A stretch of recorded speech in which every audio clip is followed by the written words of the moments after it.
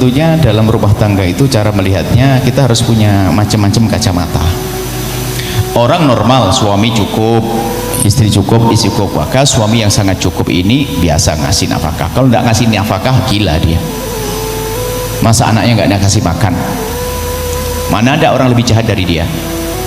Dia punya rezeki nggak ngasih nafkah, pasti dia gila. Apalagi merongrong istrinya, wah ini kalah sama kerbau. Saya kalau urusan begini agak sedikit keras.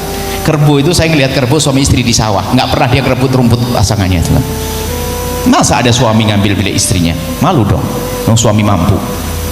Suami mampu kadang-kadang karena pelitnya ngentengin. Jadi untuk nafkah itu istrinya keluar duit terus. Dianya sembunyi pura-pura nggak punya duit, padahal dia punya duit. Nanti kalah sama kerbau. Bahkan kerbau pun lebih bagus dari dia. Ini masalah amanat ini. Kecuali laki-laki tidak mampu. Nah ini kita tengok dulu apa sebab permasalahannya. Makanya waktu menemukan seorang istri menemukan suami, kita lihat dulu dong. Apakah suaminya golongan yang pertama tadi? Nah ini kalau golongan yang pertama ya nggak bener dia. Tapi kalau golongan yang dia nggak punya kerjaan, antar dulu dong, jangan marah-marah dulu, kan begitu. Ada contoh pada zaman dia bisa saja bekerja, tapi ada orang nasibnya bangkrutan, jual bangkrut, kerja dibohongin sama orang, ada nasib begitu. Nah dilihat dong laki-laki itu. Jadi jangan buru-buru kita menilainya, tidak disamakan dong. Kalau ternyata dia orang laki-laki nggak mampu dan dia sudah berusaha dan sebagainya, diamnya bisa saja diamnya kecut, tidak mampu menjawab apa, saya tidak punya kerjaan, saya nggak punya duit, lebih baik saya diam, bahkan mungkin dengan tangis diamnya itu. Hanya mungkin seorang istri kadang tidak mengerti itu. Kalau ini contoh ada pada zaman Nabi, seorang perempuan ngadu ke Rasulullah, dia punya anak, ya Rasulullah, saya punya suami, mungkin kayak gitu pertanyaannya persis, saya punya suami nggak pernah ngasih nafkah ke saya, suami saya adalah bangkrut, ya nggak punya usaha, nggak punya kerjaan. Lalu Nabi bertanya, terus kamu makannya pakai apa? Alhamdulillah ada peninggalan korma dari orang tua saya, masih bisa makan. Cuman masa kok nombok yang saya terus yang nombok, ya Rasulullah, masa saya terus yang nombokin? Oke. Nabi adalah dengan keadilannya mengatakan, memberikan jawaban yang pertama, kalau memang ini pertanyaannya tadi, suamimu tidak bisa bernafkah sama sekali, maka seorang istri boleh minta cerai. Nah, boleh minta cerai karena apa? Urusan makan nggak bisa ditunda, sayang, makanya minggu depan aja, ya nggak ada.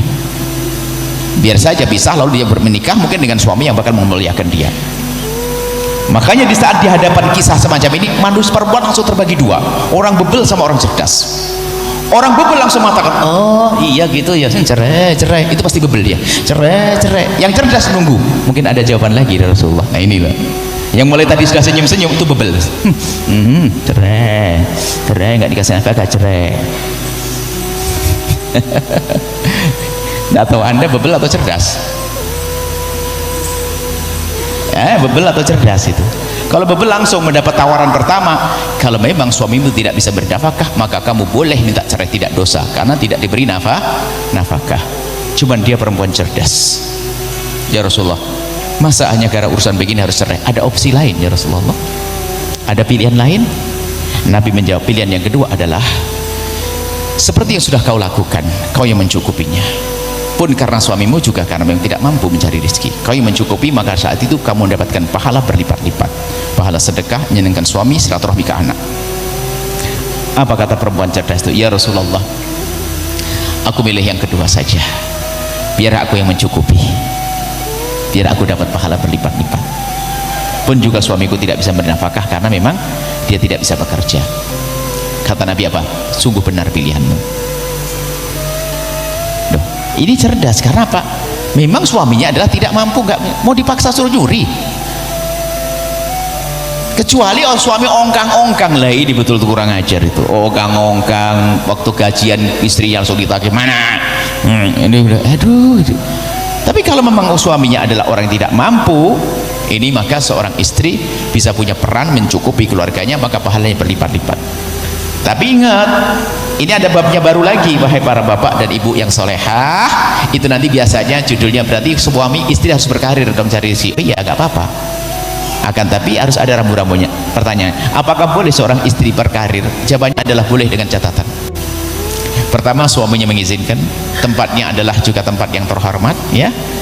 Kemudian mengizinkannya benar, Bu. Jadi izinnya yang benar, izinnya abang, kalau saya kerja gimana bang? Itu izin yang benar. Tapi izin bang, abang itu gak pernah ngasih duit, gak pernah dapat duit, ini boleh tidak saya kerja? Ini izinnya serem itu, bukan begitu. Izin yang lembut. Lalu suami mengisikan, iya maafin aku sayang ya. Iya bang nggak apa-apa, aku rida. Kemudian apa? Dapat izin, kemudian terhormat, kerjaannya halal. Keempat, tidak meninggalkan pekerjaan yang lebih besar lagi. Yang kelima itu lebih penting, tidak menjadikan dia sombong. Ini yang kelima sengaja saya letakkan di paling akhir, sebab banyak kejadian perempuan itu kalau sudah punya sedikit kelebihan biasanya langsung lihat, kalau punya masalah langsung cerai saja, sehingga buahnya kalau lihat janda-janda itu banyak kaya-kaya karena dia gampang meminta cerai. Biar paham setelah itu dia menikah lagi jadi lembut. Kenapa? Dia berasa bahasanya aku bisa kok, aku bisa ke mahkamah, aku bisa ini, aku bisa itu. Belum lagi perilakunya di rumah kadang berubah. Seharusnya kalau di wanita solehah, suaminya adalah gak mampu kerja, sudah berusaha bisa kok dia kaya, dia semakin tawadhu. Seperti dalam kisah ini ada, sehingga beberapa generasi para wanita mulia itu setelah sahabat Nabi itu di saat dengar hadis ini tentang perempuan ini, sampai ada mereka berdoa begini. Perempuan yang dengar cerita perempuan tadi doanya begini, ya Allah jadikan suamiku melarat biar aku saja yang banyak duit. Ayo loh, yang penting itu bahagia, tidak harus melalui siapa-siapa. Tapi kalau perempuan sudah mulai gak pernah ngasih duit, sudah dicukupi oleh Allah. Yang gak benar adalah laki-laki cukup tapi tidak membiayai, atau pemalas. Alasannya ya laki-laki pemalas, alasannya macam-macam. Ngaji, suatu ketika ada pertanyaan, kenyataan nih pertanyaan di pondok kita ada seorang perempuan ngadep kepada kita, Buya suami saya itu soleh banget. Masya Allah, soleh banget kan seneng, maksudnya gimana? Oh rajin sholat, rajin pengajian dan sebagainya. Terus cuman Buya sayang, dia tuh tidak pernah ngasih nafkah saya tiap pagi suruh pergi ke pasar. Terus dia yang mana? Ada di pengajian. Salah berguru barangkali dia. Ngaji di mana dia? Ngaji sama Buya. Wah kacau ini, langsung siapa yang kayak begitu? Tak marah, jangan-jangan ada di sini orangnya. Nah, gitu kan. Masa ngaji dengan Buya begitu? Nggak ada, kerja jadi nafkah. Kalau sudah mentok nggak dapat duit itu lain cerita. Istri berperan. Hidup itu harus indah, tidak boleh memperbudak. Seorang suami berusaha. Kalau ternyata suami mentok, indahnya peran istri mencukupi, bahagia kan enak. Suaminya wah mana ngawal kemana-mana kan enak. Jadi hidup itu harus indah seperti itu ya. Jadi pelan-pelan dulu, saya tidak bisa jawab langsung, makanya sudah dikatakan yang jadi masalah sudah nggak bekerja, kurang ajar. Kalau tadi kan masih pelit masuk mahkamah diambil sama mahkamah langsung dipaksa. Sudah nggak kerja minta begini, waduh kambing aja ada begitu. Betul, saya marah dengan laki-laki seperti itu. Oh kamu alasannya pengajian, ikut ustadz keliling, pendamping pengawal ustadz. Tidak usah jadi pengawal ustadz, pengawal istrimu saja. Ini harus hidup yang benar, nggak boleh melanggar syariat. Gayanya memang kebaikan untuk menutupi kebusukan, nggak boleh. Kebaikan ya kebaikan. Sama ibu-ibu itu kadang hadir pengajian itu karena marah sama suaminya, emosi itu pengajian itu. Bapak dapat ngaji, nggak boleh Bu ya. Suaminya sudah kangen-kangen dari pagi tadi pagi datang dari Jakarta ngantuk, yang abang mau ditemani. Ini pengajian Bu ya yang datang. Hawa nafsu, pulang sekarang. Nggak boleh, senengkan suamimu dulu. Jadi indah itu penting. Ada yang begitu? Ada yang suaminya datang tadi? Ya enggak ada, dengan diem tuh ya, nggak ada angkat tangan tuh. Sudah izin? Yang indah jangan biasa membuat keributan di rumah tangga. Boleh mau dilanjut sampai siang juga boleh, sampai Jumatan.